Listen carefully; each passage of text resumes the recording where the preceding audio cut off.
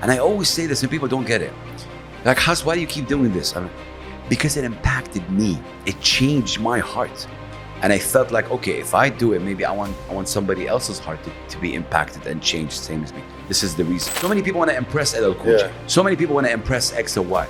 He's like, we have so many here spitting in English. Yeah. I want to hear how you sound in your own beautiful dialect, in your own culture, and speak your truth in your own way.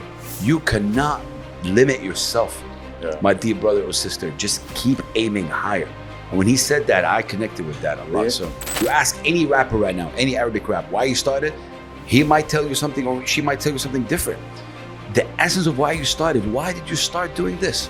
Don't forget that. The fans, if they support you, there's not gonna be any force in the world that stops that. Sure. And this is what I'm saying by blindsided. You're trying to impress an executive, somebody who has a playlist in some platform. Impress your fans.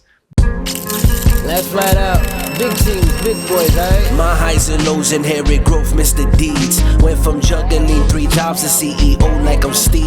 Never been a rotten apple, call me John Appleseed. That's how I bleed. God can see, no other man can judge me. Call him Mike, Mr. International, getting cream. Single mother told me worth, and now I'm worth everything. Went from Wall Street to Abu Dhabi, straight rolling in a Maserati with women that feel exotic. My life too pristine. Man, you didn't have to do them like that, man. You didn't have to do them like that. It was film day. Yeah. We gotta make a statement. Exactly. We gotta make a statement. Last What's flight going out. on, man?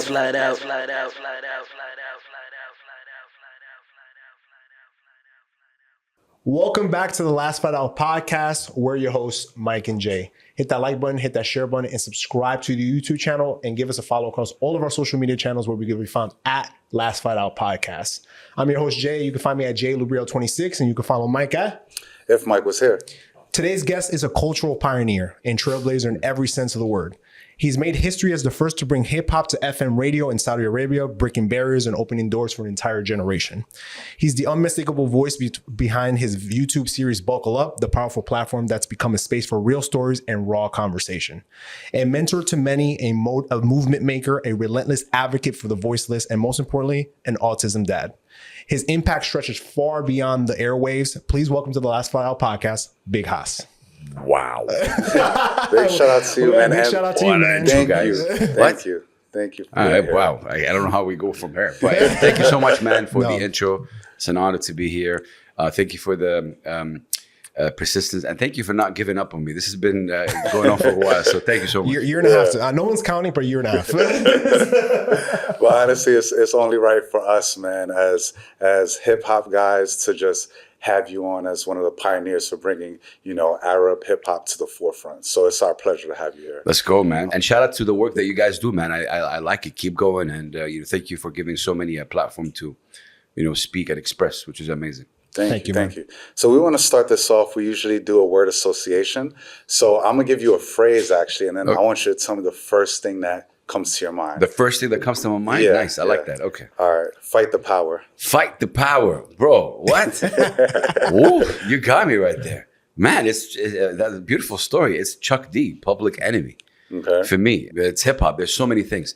But I think the first thing that comes to mind is, hip hop. Hip hop? Okay. Hip hop as a whole, because that's what hip hop did. It kind of challenged the status quo. Hip hop came in and, just was raw. So this was it. You can go to so many levels with this. I love this phrase. Thank you so much for saying it. It just brings back so many amazing memories, and it's kind of also my story.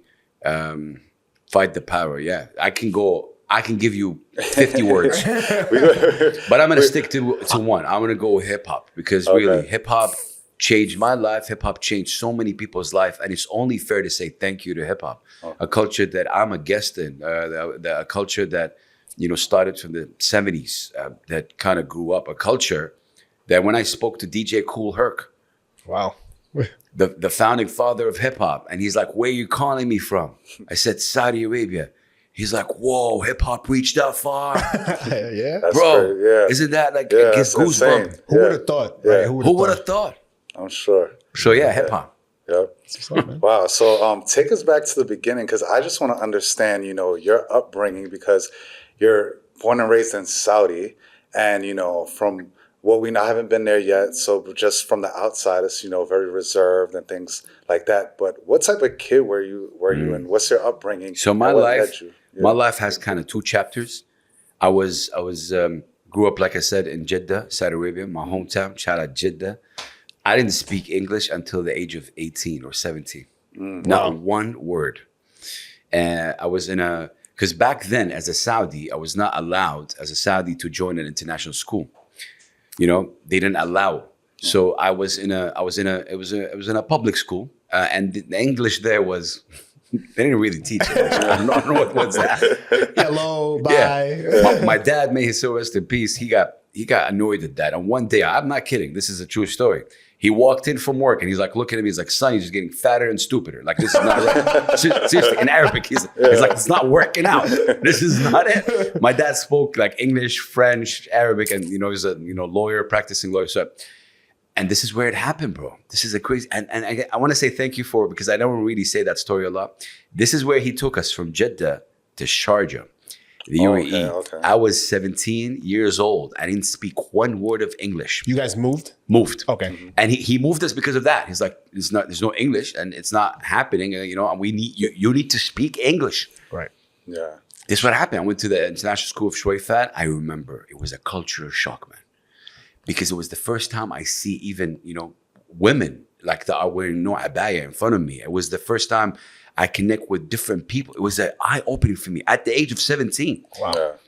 But man, I had a great teacher. Her name is Miss O'Connor. I don't know, somehow, some way, if she checked this out. I've been trying to look her up. Yeah. Miss O'Connor, she's from Ireland. She sat us down. We were in a class called Full Special, man.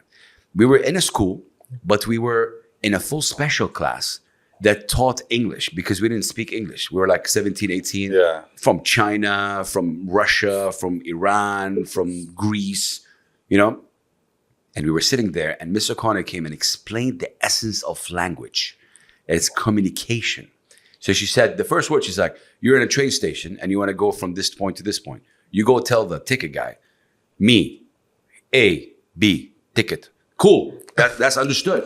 And man, she made us love, obviously language. Broke it down so simple. Yeah. And then, But man, that's kind of my story. And then I fell in love with hip hop and basketball. And this is where I got the whole, I was listening to basketball games at the 3 a.m., 4 a.m. in the morning. And I'm sure that's how you started to pick up even more in English. That's it. As someone who's never, like my dad was a first generation immigrant, how he learned was listening to Knicks games. Yeah. Right? Like he was because the commentators is like, for me to understand what's going on, I got to listen to the commentator. That's exactly what happened with me. Like I fell in love with the game and I fell in love with, hip hop generally. But then the game itself, basketball, impacted me in many ways. I was like, yo, what a pass what a great dunk by Shaquille O'Neal. It was that. That's what made me love it. And I got into it more. And then this is where obviously it took place. But people can't fathom that I started learning all that at the age of 17 or 18 because I love it. That. So you mentioned shout out to Papa Haas. I'm also a lawyer as well. So lawyers are great people. Right. So anyway, so you move to the Sharjah, you fall in love with the game of basketball. You mentioned that you fell in love with music. What was sort of your earliest memories where hip hop or just music in general made an impact on you and just touched that part of your soul that you're like, this is the route I kind of want to start digging deep into? So this is gonna shock you guys. So I listened to music, but then when I moved here, I started listening to all kind of music. This is gonna be. Should I listen like to Backstreet Boys, to really also we all did. I was listening to Backstreet. Thank you guys. You have my back. Everybody listen, okay? So this was kind of the era. But to be honest, I want to be very honest with you. I truly got into hip hop from Arabic hip hop. Okay. I used to hear Nas. I used to hear, obviously Biggie. I used to hear Tupac. Actually, crazy enough, John Coltrane. Jazz got me into, obviously. But to be 100% very, very transparent with you, it's insane because when I say the story to so many people, they're like, weird. I got into hip hop culture from our Arabic hip hop. This is how it got me to learn more. Right. I kind of discovered 4 rappers. Shadi Mansour, the first lady of Arabic hip-hop, Palestinian British. Wow. Omar Offendem, Syrian-American hip-hop artist. The narcissist back then, Narsi now, Iraqi Canadian. Low-key, Iraqi British. These 4 guys, when I kind of stumbled upon them, they changed how I listened to music because they were saying things I've never heard. And then from that, I started what you're saying about the digging. I started learning about the culture. What is hip hop? Where did it come from? Who's DJ Kool Herc? Who are the founding fathers? What are the elements of hip hop? Because people forget that hip hop is elements, right? Right. And the first element, the most important, is actually DJ, the real DJ, not pressing the button DJ. Yeah, right. You know, Scratching. so, yeah. Mixing. So I got into that from those. This is where it's instilled. It felt like, and I say, if someone asked me why, I was like, because back then no one was talking about it, man. No one was talking about this art form. I was like, but the guys are saying something very important, very deep. How come we're not understanding all that? Yeah. Or we're not really amplifying that? Right. So this was the crazy part for me though. Like the fact that when you speak to people, especially from New York, they go like, wow, you got into hip hop from like Arabic hip hop? That's insane. People at a party didn't even think that existed back then. Yeah. but it would make sense because just language wise, and you can relate to it more. Although they spit in both English and Arabic. Okay, like Shadia did Arabic mainly, and Narsi was English, Omar Fed. But the topics were related to me. Right. Yeah. And I guess, and this is gonna sound crazy to anybody out there, hip hop connects. Like when I first heard Nas and Matic, he took me to New York. Yeah. Yeah. Yeah. You know, you guys from New York, right? Yeah, definitely. So for me to be transported from Jeddah, Sharjah to New York, that was incredible. Yeah. Via music, I was just, what? Back then, hip hop, late 90s, 2000s, when I would kind of comprehend and just understand the words, it's storytelling at its finest. Yeah. Storytelling with music behind, right? Yeah. Poetry, emotion almost, Facts. right? So nowadays, music is a little different, obviously, but back then it was truly, you just take my Walkman, just Walkman. And just I love this. Take your Walkman. If you don't know, go check it out. Go check it out, right? There's probably a relic somewhere. The yellow one as well. Yeah. And you can kind of just imagination. And that's sort of like where creative juices kind of come from, right? So Truth. So then what were the topics, or what was Arabic hip hop back then? Yeah. What hit your soul that you're like, oh, let me rewind that? What did it say? Like, So that's the crazy part. So after I discovered these 4 artists, I was like, there was no platform. There's nothing. There's not, back then the blogs were it. So this is where Revolt started as a blog, right? So it started as a blog so that I can document this movement, because I now know that there's an Arabic hip hop movement that's starting. And, I wanted to kind of document it. Why? Because it felt like a sense of duty. I was like, okay, you know what? Something moved in me. And I always say this and people don't get it. Like, Has, why do you keep doing this? I'm like, because it impacted me. It changed my heart. And I felt like, okay, if I do it, maybe I want somebody else's heart to be impacted and changed, same as me. This is the reason. So yeah, after that, I launched Revolt. It was like a blog where I'm kind of, documenting the kind of messages back then. See, Arabic hip hop went through phases, right? So the first phase kind of was very anti the system, fight the power. When I say fight the power, meaning it's very mad, very angry, very, out there. Yeah. And I understand why, because obviously with the region, it's been very tough to, and the region is also diverse. What people don't understand, Arabic hip hop, you can't sum it up in one country. No. Yeah. It's hip hop in obviously North Africa. It's hip hop in the Levant area. It's hip hop in the GCC. It's hip hop from the diaspora. People who are Arab living in Canada, US, Europe. Yeah. So went, whoa. Yeah. You see, it's so different perspectives. So wide, exactly. Yeah. And that led me to, I started going, man, from Jeddah, or mainly Jeddah to countries like Lebanon, Beirut, or Amman, Jordan, to cover events. And I remember meeting, there was a Lebanese crew by the name of Faye Al-Atrash. I remember, this was crazy. So I went there and I met this, they're an incredible group, right? Think De La Soul or a Tribe Called Quest, but Lebanese. Lebanese. They were starting, they're really cool, right? They had a beatboxer, they had a couple of rap, it was really cool. So I remember telling the guy that I flew from Jeddah to Beirut to cover the event. And I remember the guy, Chino, he's like, what? Wait, you flew to cover us? Well, what? Because there was not unheard of. Like, you know, for a journalist to fly to cover an independent underground, you know, event. It was like, Right. you know what I mean? So it started off like that. So you say you're a journalist. Now, is this your job? This is what you're in. This is what you studied, or is it you have another job and this is my passion? No, yeah, 100%. I was a sales, you know, sales executive. I sell media sales executive. This was my passion. This was something I connected with, but you couldn't make money of it. You couldn't live from it.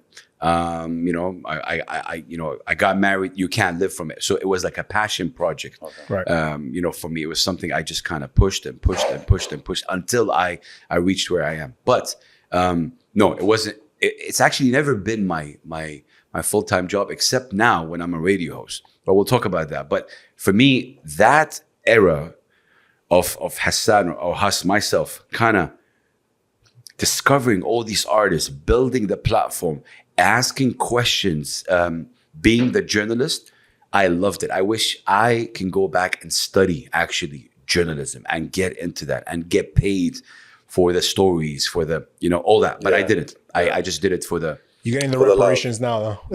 I'm sure you're doing just fine. And more. And Blessed. Just to add a little context to the story, when did you start Revolt? Like, at what age were you? I would say, it started, this is crazy. It started in 2012 or 13. Okay. This is where it started. And social media was kind of like still growing. Twitter was big. There is a story where you went to Beirut, I think, just to meet with Chuck D. Right? So we'll talk about that. We got to talk about that because truly important. So we started the blog and 2013, I think. And also in the same year, this is where it got big for me in terms of back before 2013, just a bit of context, in Saudi Arabia, there was only one radio station. That radio station didn't really reflect the Saudi community. It was mainly, people from Lebanon saying good morning, and it was even in the Lebanese dialect. It was all that. We didn't have kind of Saudi media, Saudi voices on the radio. It was not heard of. Yeah. 2 stations opened up in Saudi Arabia in 2013. All right. One of them was called Mix FM. I tried going to them every single day for 6 months, kind of selling the show Laish Hip-Hop. Please, we need to have a radio show that talks about hip hop. 6 months, it was a no after no after no. Block doors, get out of here, all that. But man, I think they got bored of me at the end. Like, you know. And you gotta pull up. You gotta pull up sometimes. Yeah. You have to. And then, I explained to them, guys. But again, it was interesting just looking back at this. And I told you guys, this is gonna bring back so many memories. When I spoke to them, I remember telling them also something about business without me knowing. I said, listen, I'm going to get you guys that never tune in on the radio, that never even opened the radio station. I'm going to get them to listen. So that was a tick for them. Also, another tick was when I make them hear Omar Offendim, who kind of raps in English and both Arabic, but also gets the poetry of our Arabic region or Arabic, obviously iconic poets, and translate it to English in a way, and I made them hear sample beats. From, there was a guy called Bugsy, incredible. I still play his beats till now. He's a producer that samples Arabic heritage, incredible music with hip hop. So when they heard that, they were not aware that wow, that sounds Arabic, but it's hip hop. That's amazing. So it was crazy for me. The first day was super cool, man. When I just look back at it, launching Saudi's first and only FM hip hop radio show, Laish Hip-Hop, that celebrates now 15 years on the airwave. By the way, the show still goes on. It was incredible, man. Man, congratulations. Would you say that's like the first yes that changed everything for you? Yeah, because it was like, man, having a radio show that talks about hip hop culture. Obviously, the show's evolved right now because we don't do only hip hop. Yeah. We do a lot of independent, local, regional talent. Yeah. The show has evolved. Yeah. I got a message about 5 months ago, a message that really got to me. A guy was like saying, man, I was 15 when I started hearing you. I'm like 27 right now or something like that. Or, and I have kids.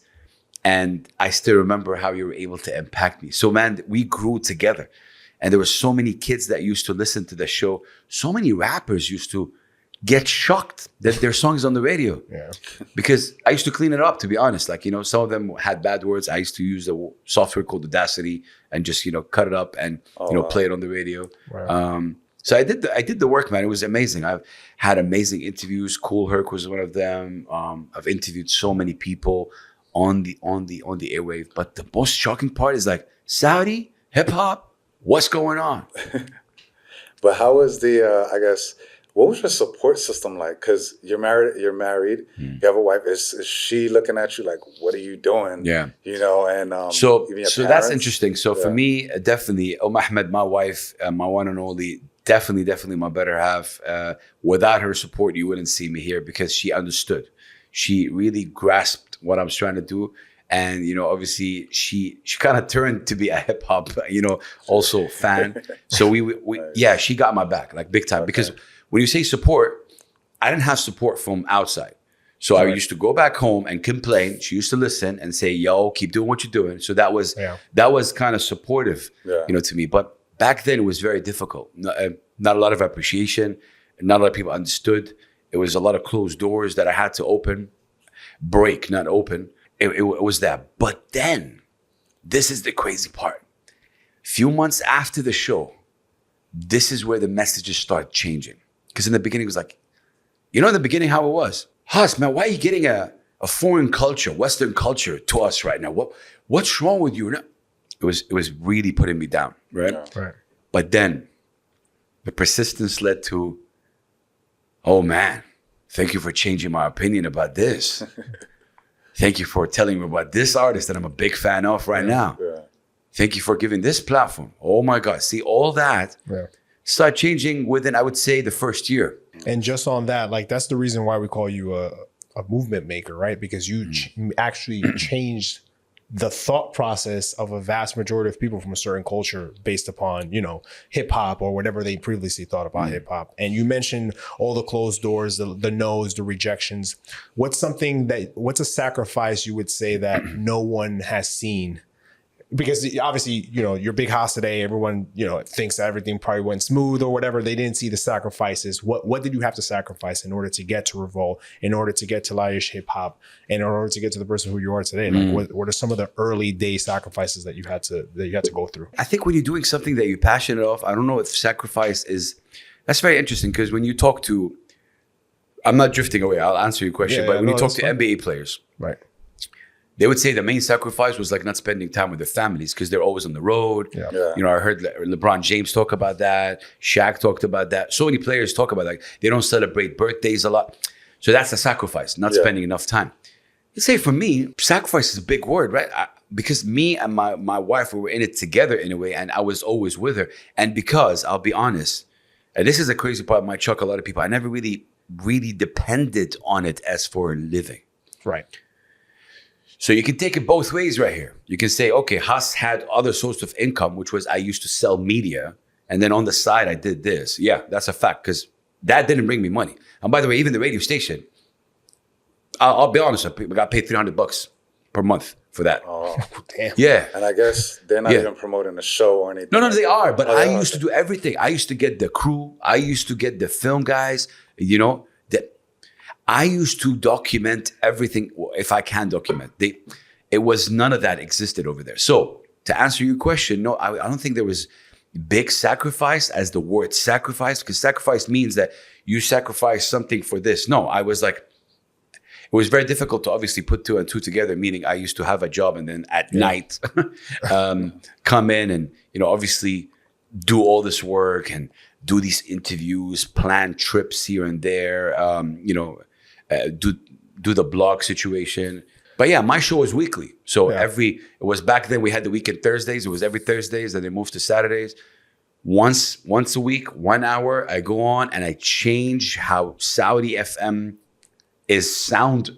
You heard the Arabic music throughout the day. Yeah. And then at 9 o'clock, Thursday, coming with beats and like DJ Premier. I remember having DJ Premier on, right? Oh man, that was iconic for me. One of the most incredible, you know, prolific producers out there, and he was so shocked. Right. I had LL Cool J on. That's iconic. That's timeless right now. How do you get them on? Like, thank are you they for just saying shocked that, because bro. It was that was it. It was the shock. It's an email, right? Email to the. I used to do a lot of digging, and you reach a person. It was very difficult. But then emails, right? And it was like this, yo, I host Saudi's first FM. And the reply was like, Saudi hip hop? Yeah, I'm interested. Tell me more. Yeah. And then, but I remember, man, I got to say this.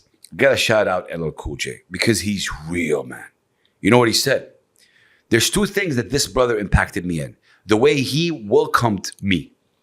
Meaning, like I said, I'm a guest in this culture. LL Cool J is one of the founding, of when you talk about hip hop. Yeah. He said to me, bro, I will never forget this. And this says a lot about him.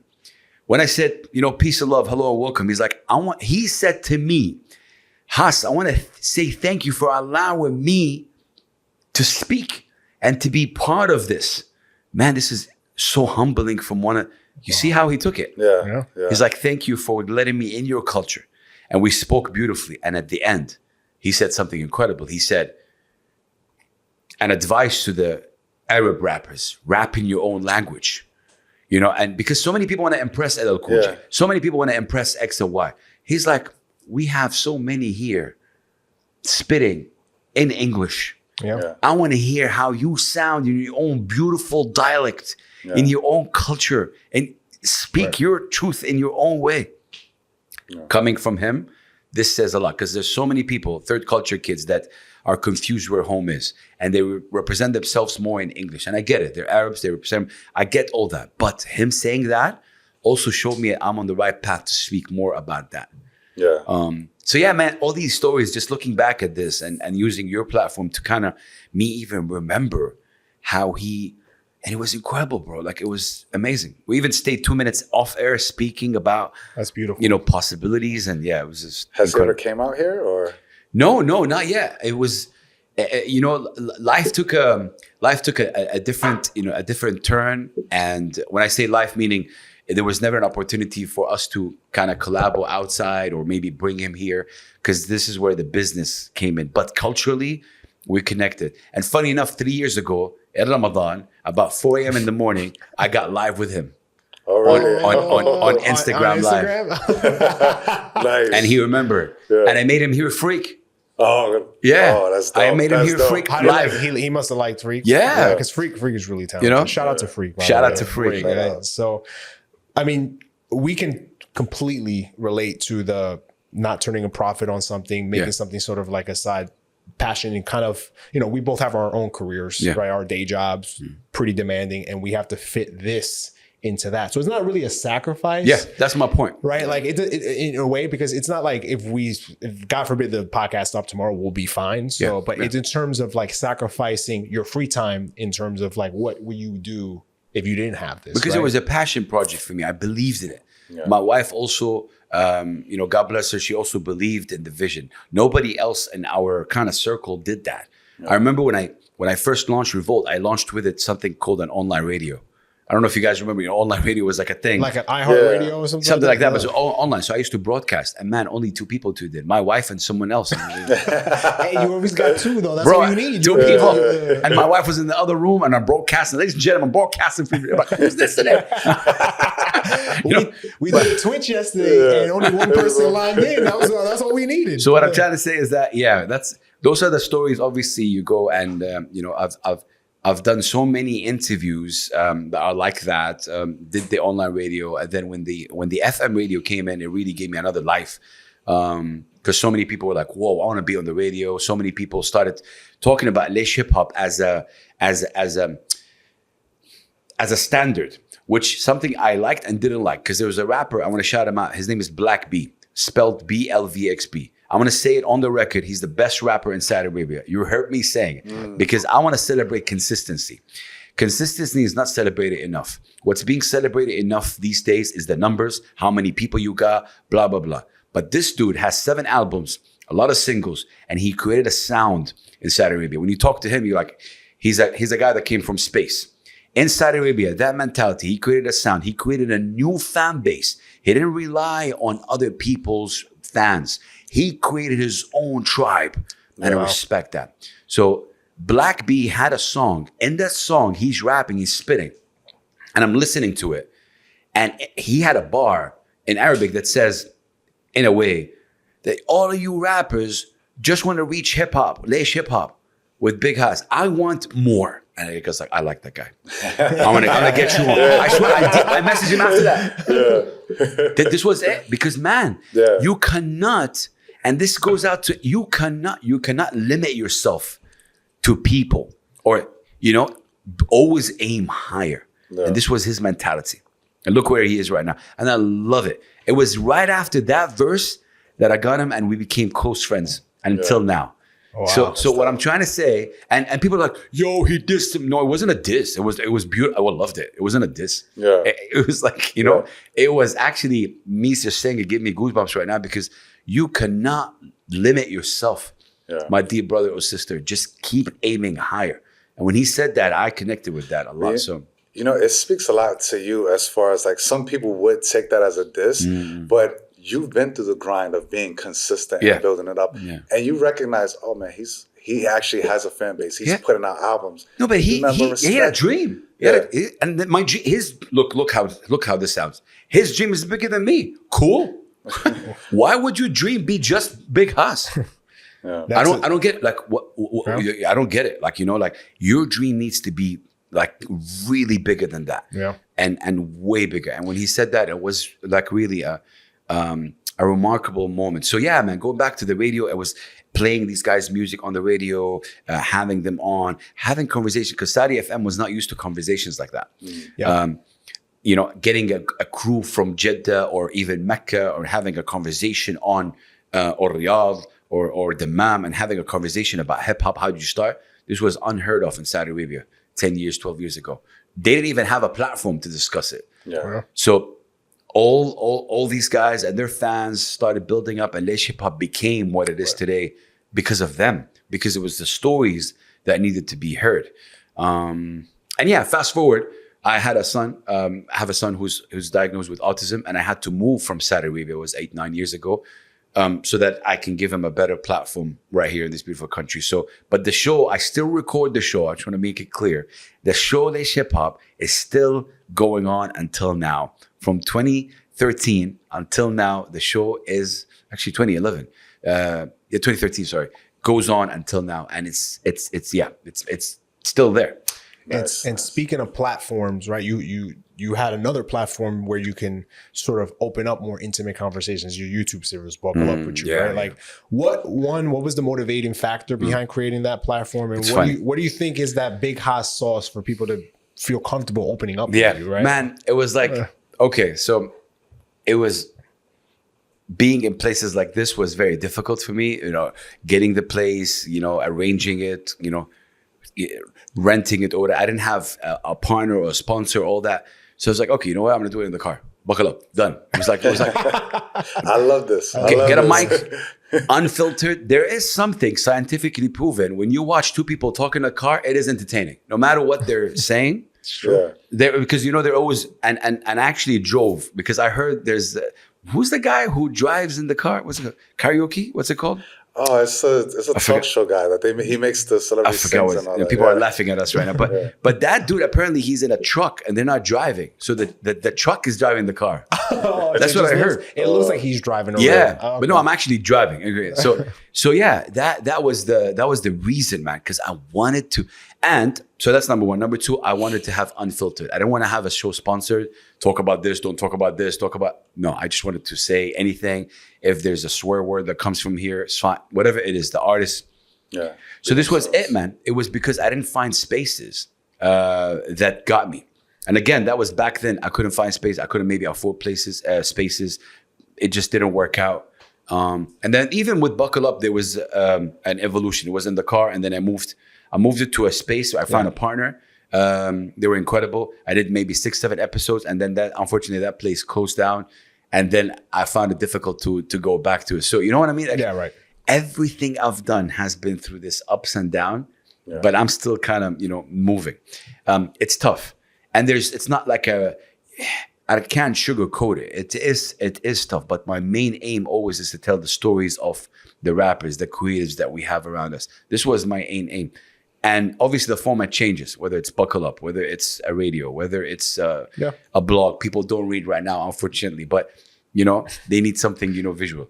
So I don't know what my next step will be. Hopefully off the air, I can tell you something I've been kind of planning to see how that goes. But But Buckle Up is beautiful because for me, it was conversations in the car. It was fun. I didn't stick to only hip hop. I've interviewed a lot of local, regional talent as well, creatives, photographers. I think it was fun while it lasted at least. But I hope I get back to it somehow, some way. Maybe I can find a space and maybe go back to it. How do you feel about, I guess, the current state of hip hop in the region? So we talked about this off camera as far as like, it's still pushing Western hip hop, but then what do you think? Do you think there's a change as far as the local scene here, or what needs to be improved? Woo! Oh man, I have to take a swig of water before that one. So I think this is a big, important question. I want to start by saying this. I just hope people don't change who they are to fit certain narrative, meaning to fit where the money is, to fit where the corporations is. By saying that, Arabic hip hop has evolved dramatically from how it started, because Arabic hip hop started in North Africa with the brothers and sisters from Morocco, Tunisia, Algeria. They were rapping in French. And then they're like, why we're rapping in French? We're Arabs. And then they started using their own dialects. And, and it went on to move on and did this thing. Yeah. What I'm trying to say is that when it gets commercialized, corporations and money have their hands on it. And hence you start changing the narrative. What I'm trying to say, going back to the first thing, fight the power. Hip hop is all about that. Don't change who you are, the essence of it, to fit. I know it's difficult. I'm not a rapper, but I know it's difficult. I know it's hard because you need to live. Yeah. But don't. So this is where I see it. I see people are trying, but corporations, they come in and they started to, labels and stuff like that. And also the idea of a label, I have a very, very, very harsh opinion about it, meaning a label for me is something that empowers, right? Right now, labels are looking at mainly followers, how many TikTok hits this had. That's not the right way, in my opinion, at all. Yeah. And people are getting, it's a numbers game at the end blindsided. of the day. Yeah, it's numbers, which I think it's wrong. Where's artist development, man? I was gonna say, I feel like that's missing. Where is that? You know what artist development is? Yo, man, I like you. You have talent. You're raw. Let me build you. Well, that doesn't exist right now. Let me invest in you. How many followers you got? 100. Cool. Let's go. Yeah. What? Right now, you need to have thousands of followers, hundreds of thousands. You need to have a fan base. I'm like, bro, so how do we, what? So going back to your question, I'm just scared and afraid that Arabic hip hop will morph into pop. Yeah. Okay. And I don't want that. Yeah. That poppy sound, commercialized sound, because they're, labels are trying to get their return on investment, right? And going back to what you were saying, they don't want to develop the artist development. They don't want to have to put on the shows to try to You're get nice. the It's marketing. just doing lazy, man. It's lazy work. And the problem is, and I hope I don't get I hope I don't get misunderstood. The people that are in these positions, they're not people who really appreciate hip hop. No, they don't even know it half the time. They don't, and so you're giving them a tool to fight, but they don't know. Maybe they're good people, but they don't know really hip hop, or maybe they're asked to do that. So what I'm trying to say is like fight the power, destroy the system. Meaning it's not a bad thing. Meaning stick to the core of it. And so many people might disagree right now, like, yo, man, we gotta live, we gotta do. Okay, I'm just saying, find the balance. Right. Somehow, some way. So this is where I see it right now. The crazy part is Arabic hip hop right now is so diverse. It's mental. Meaning, back then, remember, it was very, very political, very heavy, very bad. Right now, there's a lot of, there's a lot of lovey-dovey stuff. There is, relationship stuff. There is social stuff. There's community stuff. It's expanding. And that's cool for any genre, always. Yeah. But don't forget the essence of it. That's what I'm trying to say. Yeah. And the essence of it is representing us, representing our culture. Use more sampling, talk about our history. Don't forget the OGs that started Arabic hip hop.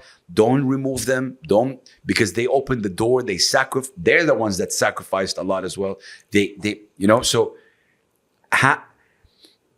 Don't forget the essence. That's what I'm trying to say. So if you put that in mind, hopefully you'll be able to reach a place where you'll be able to represent your culture and also make money. That's tough though. It is like, tough. because when you come from some place, and I can only speak from the U.S. perspective, or maybe I know of some rappers that I've heard their stories or seen. You come from poverty, the PJs, the projects, 100%. you get thrown all these zeros at you, and they're like, but all these conditions come along. It's hard for somebody to be like, I've never had a pot to piss in.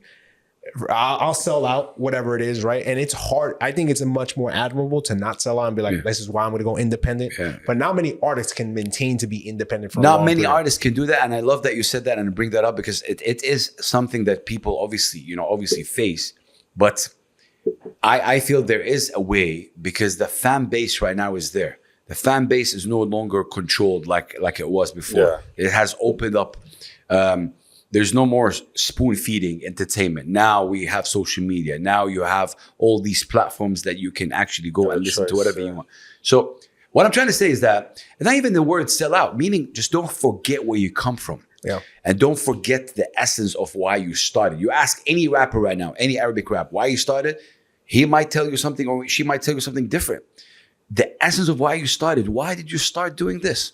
Don't forget that. That's what I'm trying to say. And people along the way maneuver in ways that make them forget the essence of it, because they want to look good to a certain label, look good to a certain company, right?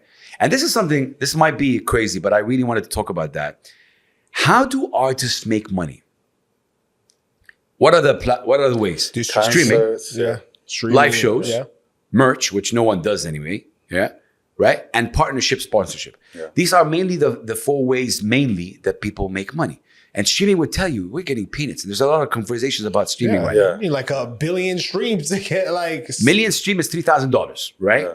1 million stream is $3,000. That's like really, in order to reach 1 million stream.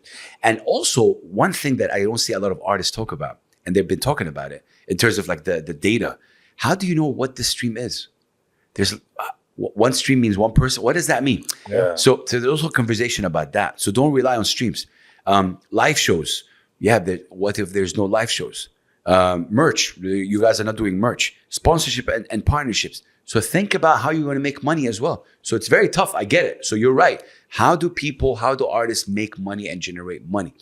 And hence why you see a lot of people playing the game, I would say. Not selling out, maybe playing the game. Yeah. Doing this. I get it. But always try to represent your culture, your tradition in a way, and you're able to obviously either change how the system thinks or figure out a way to balance between this and that. I guess the same issue is happening here, which is happening in the US as well. I guess when you talk about these labels, have you ever had an opportunity where they're putting someone like you in charge? So, hey, we don't know about this region. You've been doing this. Hey, head up this division. And no, I don't think labels like me a lot. No, seriously, because I've been vocal about how they have a certain way, and respect to them. I get it. But when I say that, meaning I'm very raw with my thinking. I don't think return of investment. I'm not a business guy at all. So maybe technically I'm not really maybe even qualified maybe to do that. I'm very raw, meaning I just I try to support, and so maybe I don't ever work in a label kind of environment. And look, I've been on the record before and saying, what's the purpose of a label now? To be honest, like why do you need a label? Like now I'm talking now. Distribution, you could do that. Distribution, people think when they sign to a label, they're going to get $1 million upfront. That never happens. That's an advance, and you got to repay that. That's what people don't understand. And that's what people have to learn, by the way. And so many people just go on and learn the mechanism of it. You're never really getting really that money. So look, it is a conversation worldwide, but I'm talking about mainly the region here. There's so many amazing people here. They're trying to help. But also, this is where corporations and money, the word is blurry, blurs your vision, not takes away, it kind of blurs it. It's just, don't be blurred by this. Understand that you can do it. You can do it on your own. I want to shout out, there's a group called Kairoki. Kairoki are from Egypt. Kairoki have been doing this for maybe 15 or 20 years. So after during the Egyptian revolution, they started kind of getting noticed, and they did a lot of songs. Kairoki right now, where we're speaking, is the #1 group in the region talking about live shows. They're the number one. Facts. Yeah. This is not me. This is my opinion. It's facts. Why? Because they worked so hard and they established what? A fan base. And this is where it's going to trick a lot of people. People use that word, gatekeeping. Gatekeeping. Gatekeeping. We were just talking about that yesterday, Mike. Man, for me, the fans, people like, man, there's that word, the fans, if they support you, there's not going to be any force in the world that stops that. Sure. Yeah. And this is what I'm saying by blindsided it. You're trying to impress an executive, somebody who has a playlist in some platform. Impress your fans. Build your this is what Kairoki did. Yeah. Do you know that Kairoki, I don't know, I want to get the numbers right. They have this kind of event called Empire or something like that, where they gather for 2 days and they get 25,000 people per event to come only for them. Yeah. Maybe the number is even bigger, but I'm just, I know Egypt has a big population, but 25,000 people. People don't understand that. Like I love that you brought that up, because people don't understand whether it's 10 people, 20 people, 25,000 people. Imagine that in front of you in any audience. That's a massive amount of people just to come for you. You know what's funny enough? The lead singer, Amir, spoke exactly about that. He's like, this is how our mentality. They perform for 10 people. Yeah. Kairoki, the same people perform 25, perform for 10 people. But it was the persistence and it was the vision and it was the passion that led to that. That's what I'm trying to say. You know, and their music is incredible. You know, the kind of music is alternative rock, and they're amazing. They were able to find their niche. They were able to find the fan base. They were able to connect, impact. You see all these things. Yeah. Now, these young guys, they just want to be famous and billboard. For what? Because I had 1 million stream. Who listened to it? 1 million stream, bro. Like, do you know that 1 million stream can be put on any platform just by a click of a button? Yeah, you just got. I've worked in 1 million streams. That, No, I've worked in platforms. Yeah. It is not. It's how do you know like these streams, the numbers? Okay, you had 1 million views. So what? You have 1 million views. So what does that mean? Yeah. This is the crazy part. You have 1 million views. You can't get me 10 people to come to your show. What does that mean? That's No, what does that mean? And True. people go into the data. Sorry, they go into the data. They go, no, I have people listening from here. Like, bro, man, because now music is. I don't want this to be misunderstood again. Music is universal. So you can be based in the UAE, but have a following in, I don't know, Hawaii, right? Yeah. Great. Then go to Hawaii, do a show. Yeah. And get me those people. You know what I mean? Like, So Because sometimes you can't trust the numbers if it's real or not. Or never. Yeah. For me, I never trust the numbers. Yeah. For me, it's more about when Kairoki get 25,000 people, that's for me. That's for real. me. That's tangible. You can look. Thank Ticket you. sales, people. Ticket sales, people, engagement, passion. That's really how you can tell the differentiating numbers on social media. It's the engagement. Engagement. You see people with 3 million followers with 30 comments. 100%. I mean, come on. Like, I totally agree with that. I think this is the new itch right now in terms of like when you talk about influencing. So many people are talking about the engagement element of it. Very important. But to go back to this point, so there's a very important conversation. Focus about your tribe. Build your tribe. Build your niche. Impact your people. In what way you're impacting your people? Why are you thinking about the executives? Why are you thinking, how can I reach this guy in this label? Or how can I reach this person at a festival? Bro, let them reach you. And they will reach you once they see a clip where people are singing your song. And people, this is one of the most underrated things ever. Do you know how satisfying it is to do a song and then people sing it for you? I can only imagine. It's crazy. or when people go on shows and you put the mic out, they know every single. Yeah, that has to be gratifying for an artist. You said it, but why are people not striving for that? You know, like strive for that. Like, you know, do these records that impact. I remember Russ. Russ did a show here, and I remember this story because it was crazy. First of all, I was the oldest person at a Russ event. They were all like, really, I was felt, people thought I'm his chef because I was wearing white. I'm not kidding. No, I swear, it got around. And I remember when I met Russ, it's like, yo, people are saying you're my chef, man. Like, what? Yeah. Anyway, long story short is, Russ released a record while he's on a plane coming here. Released it. Wow. 7 hours or 12 hours later, he performed it and he said it. Yo, I just released this record. Let's do it. And people were singing every word. That's great. Every word. I'm like, okay. He's in the region, in the UAE. And he has a big fan base in Saudi Arabia. So what I'm trying to say is that this person found his niche, found his fan base. He's locked in. Strive to that. Yeah. You know, strive to impact your people. So the gatekeeping thing, people are going to get it wrong, but gatekeeping is the fans, man. Like the fans for me can destroy, because Big House has this contact in the streaming platform and he's not giving it to us. First of all, I would never do that. I always give everything. Anyone asks me anything, I give all the contacts. But that shouldn't stop. If the fan base of you is strong, then this executive you are talking about, he or she are the one that's going to reach you. That is very true. That is very and true. there's going to be no gatekeeping. But you came up in an era, right, where, fake it till you make it. You couldn't really do that in the 90s and early 2000s. Now we're in an era. You couldn't fake it? Fake it till you make it in terms of social media in the early and 2000s. Now with the advent of social media, I think that now people are like, all right, I need to get as many eyes on this, even though this is not really who I am, because I need to get the eyes. I need to get the executive. I need to get the brand merchandising. I need to get the partnership because I'm self-funding this. I'm in the red. I'm in credit card debt. I need to live my life. Most people who are creatives, such as yourself, when you were selling media, us who have our own careers, we can just wait until this takes off. So what do you tell to the artists who, like you said, they need to be like, how do they balance that? What would be your advice about it? I guess ask the why. Why are you doing this? What's the reason? Why did you start, why did you start rap or performing, or what is it? Why? You're in it for the money? Great. Okay. No why. You're in it to impact people. You're in it to change people's lives. You're in it to tell your story. You're in it to do what?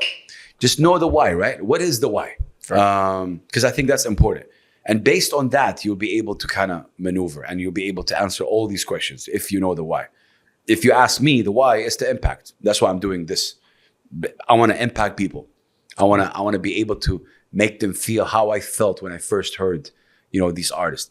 I want to make them feel what hip hop is truly about. What is the culture of hip hop? Because it impacted me as a culture. I find it very interesting that a culture that speaks about the voice of the voiceless, that expresses, that stands for peace, love, unity, and having fun, is being diminished by a few acts here and there. And I find it annoying that you're judging a whole culture based on few kind of things that happen. And, it's crazy, man, to me, because even me, myself, as a radio host in hip hop, when I go and get interviewed on Arab media, and then when they see me, they're like, yo, what's up, man? Where is that chain? I'm like, oh, see, this is the...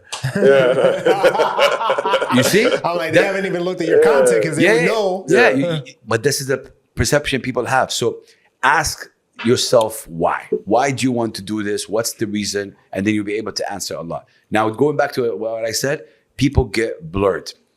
The vision, they know how they started. So they know how they started, but then they kind of forget that. When you forget your mission, when you forget your why, you're going to forget yourself and you're going to lose yourself. This is studied and it's a fact. So don't forget. You can maybe stray with it a bit, right? And then go back. Yeah. Always go back to that roots. Was it Russ, I think, that released a song every week for like a year on SoundCloud? He released a song every single week for a year. Boom, boom, boom, boom. And obviously, everyone does it differently. So there's no one right way. What I'm trying to say is that know the why, be consistent, and then people are gonna, notice you. This is how I feel about it. Yeah, you're definitely the personification of a quote that I heard you say. You said a human being that doesn't make an impact is lifeless. Yeah, I love that. This is an old Bedouin saying, and I've been kind of. This is a saying that really impacted me, and I say it all the time because it's not up to us to decide the impact. It's up to God to see the impact that, obviously that we do. And it doesn't matter. It's not small or big. And this is why we're created on this earth. How many years are you going to live? 100, 150, 200? What are you going to live? If you have no impact on this earth, then why are you living? Yeah. What's the reason of why are we here, right? There's a whole big question. So if you are an artist and a creative or a rapper or a singer, and you have a talent to impact and reach people, music can change lives, man. And the crazy part, this is the crazy part. Nina Simone said it's an artist's duty to reflect the times that they live in. Nina Simone saying that. Doesn't that hit with you if you're an artist right now? Doesn't that mean something? Go Google Nina Simone and check out her music. Yeah. Check out what she stood for. Check out the sacrifice that she's done. Check out her journey. Her saying it's an artist's duty to reflect the times that they live in doesn't impact you. No. An artist's duty.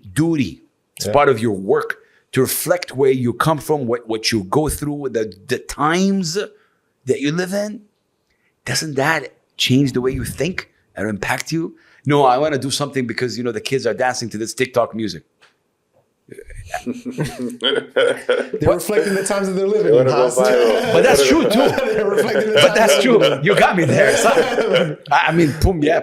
We're in a time where people can't even keep eye contact. They can't have a conversation anymore. Yeah. And they like to dance in front of an audience that's virtual that they never have to meet. That's where people feel comfortable. I think that's something not a lot of people talk about. And I think it's important to have that conversation because also mental health is really important.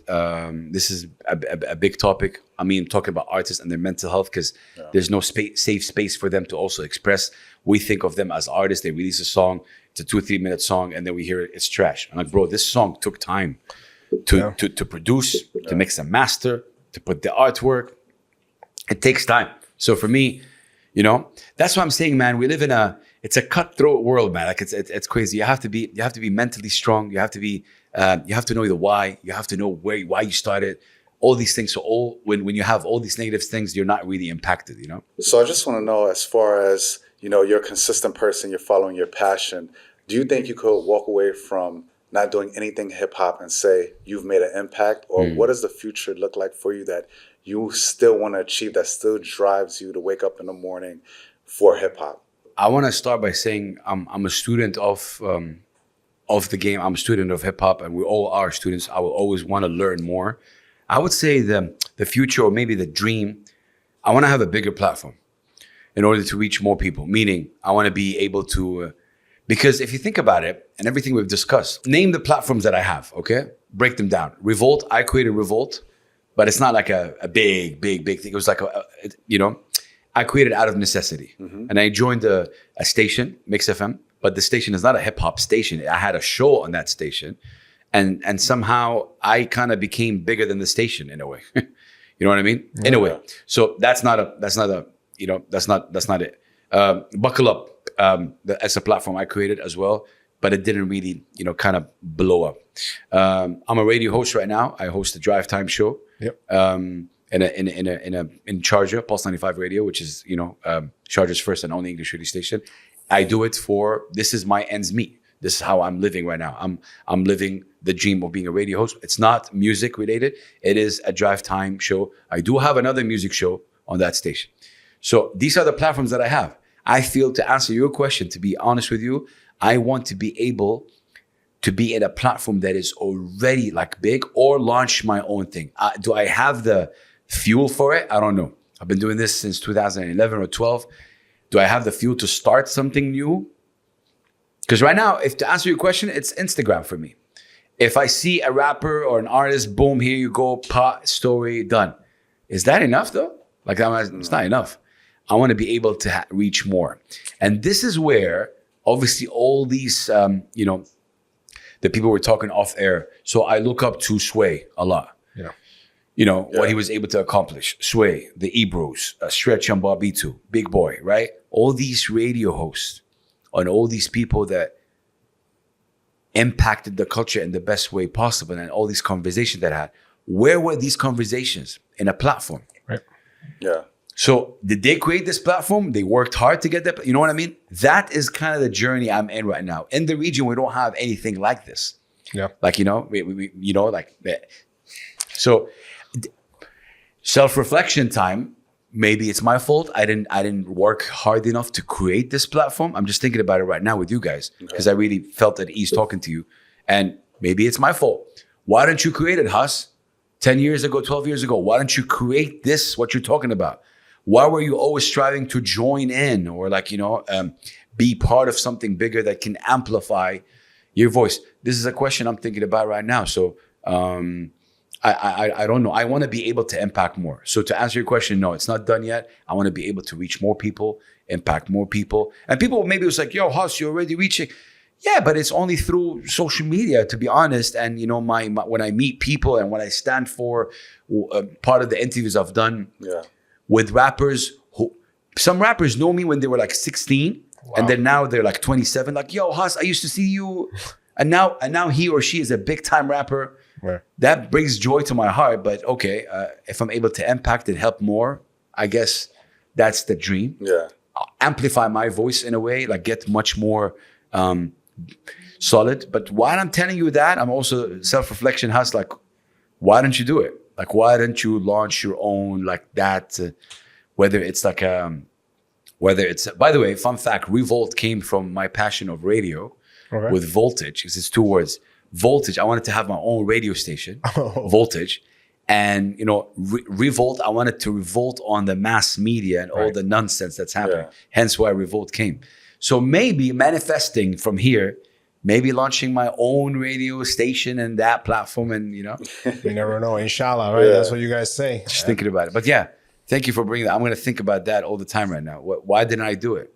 Why wasn't I the one that created this platform that I'm talking about, like that I'm striving to be? And that's so impressive to hear somebody who's been in the game for as long as all the things you've accomplished, thinking, man, and you're thinking about something that we spoke about off camera, where you're thinking about the things that you didn't do rather than things that you've accomplished, right? But like, sometimes that's the problem. But that's why I want to thank you guys for making me remember some of the things, you know, and sometimes it's important.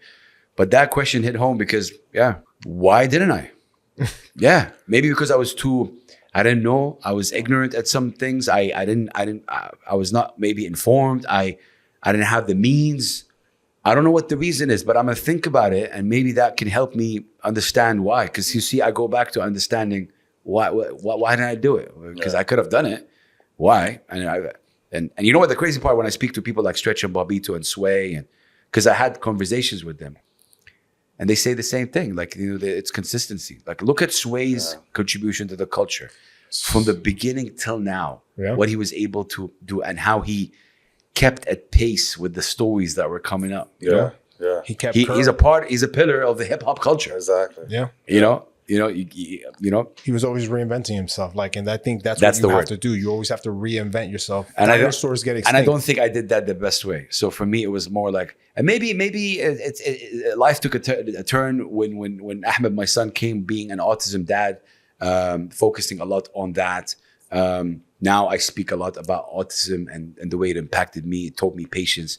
So look, I believe God doesn't give you something you can't handle. That's how I believe. So with that, maybe God sent me Ahmed so I can be more patient. And when I'm more patient, I can realize what I can do with this hip hop thing, or, you know, so you know what I mean? But I wouldn't have been patient without Ahmed.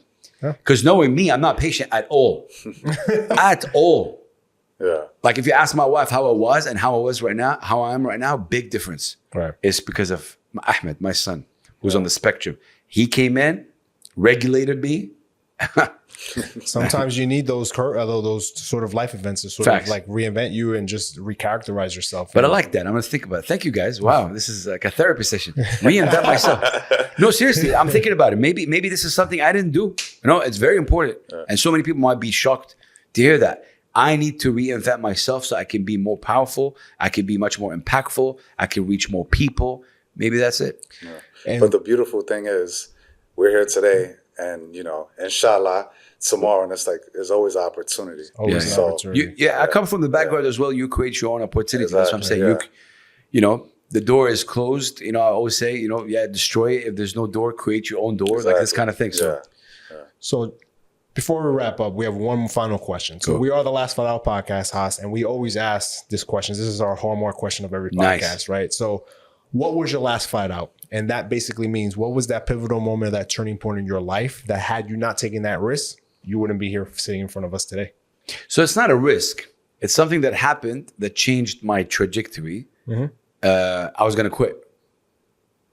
Quit everything? Yeah. Okay. 3 years down the line, after I launched Laish Hip-Hop, and when I say quit. I don't want to do this anymore. I don't want to be involved in hip-hop. I don't want to be involved in media. I'm done. This is where the story of Twitter came in, when Chuck D said, I'm going to Beirut, Lebanon. And I found out he's going to Beirut, Lebanon. I'm in Jeddah. I was like, I have to go. Chuck D, great. And we were talking on DMs in Twitter. He's like, if you make it, great. We'll see each other. And this is the moment. I walked in. I found out where he is. Chuck D being Chuck D. He's sitting with what? With local producers and rappers. Wow. Okay. You see, he didn't go somewhere. He's sitting with local producers and rappers from Lebanon, right? And they're sitting in a cafe.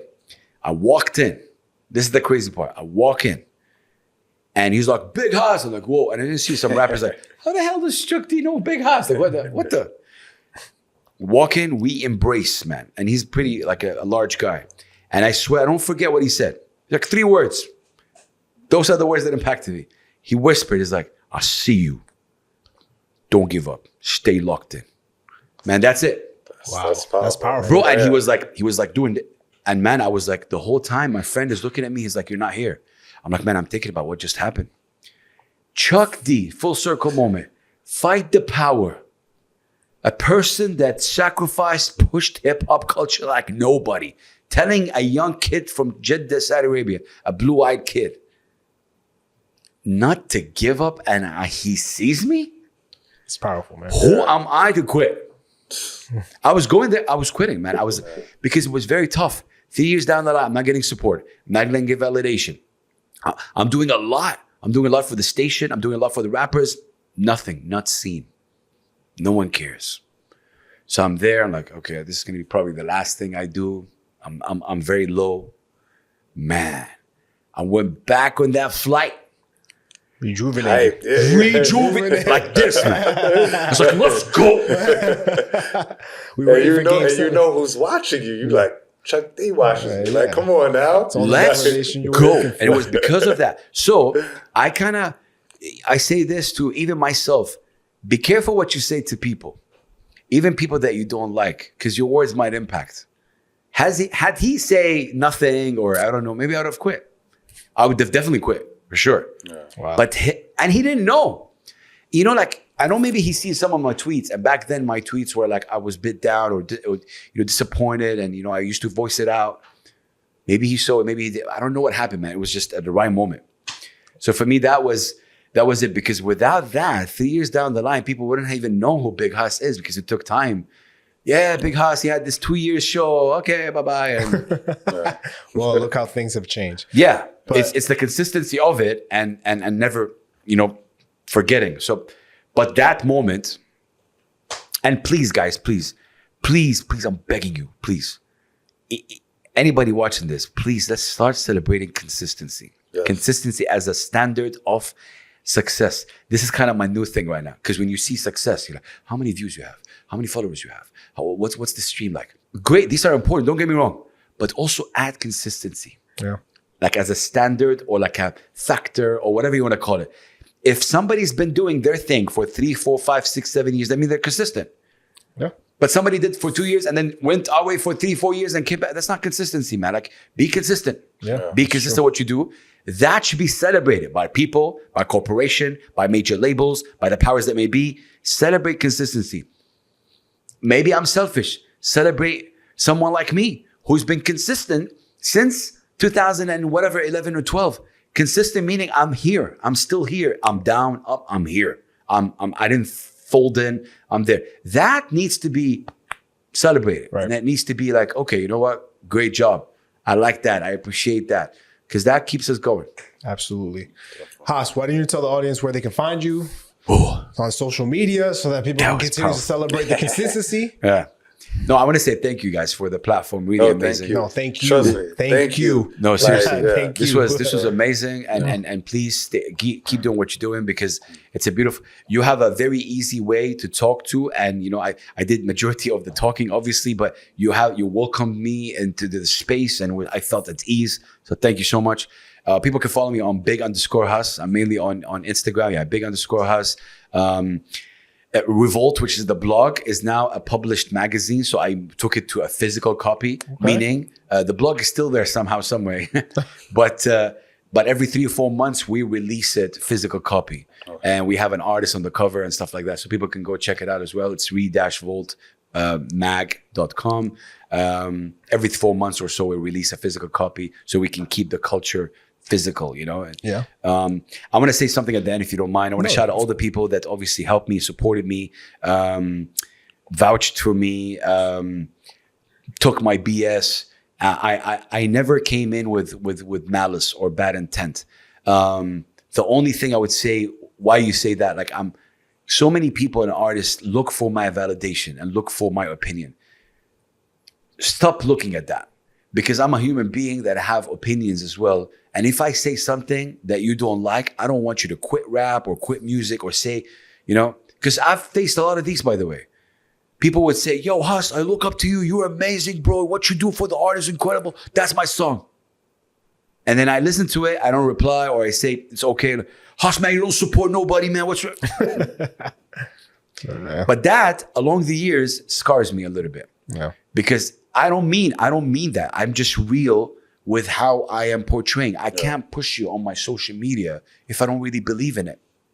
Hence why the validation shouldn't be from one person.